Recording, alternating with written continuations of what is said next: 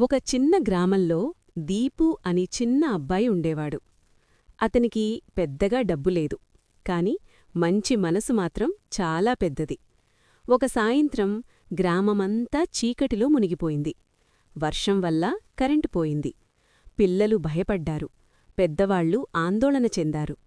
అప్పుడు దీపు తన ఇంట్లో ఉన్న చిన్న దీపాన్ని తీసుకొచ్చాడు. ఆ దీపాన్ని గ్రామం మధ్యలో పెట్టాడు. ఇది చిన్నదే, కాని కొంచెం వెలుగైనా వస్తుంది కదా అన్నాడు దీపు. ఆ చిన్న వెలుగును చూసి ఒకరు కొవ్వొత్తి తెచ్చారు, మరొకరు దీపం తీసుకొచ్చారు. అలా చిన్న వెలుగు పెద్ద వెలుగుగా మారింది. గ్రామం మొత్తం వెలిగిపోయింది. అందరూ ఆనందంగా నవ్వారు. గ్రామ పెద్దాయనన్నాడు, దీపు, నువ్వు చూపించినది వెలుగు కాదు, మంచి మనసు శక్తి.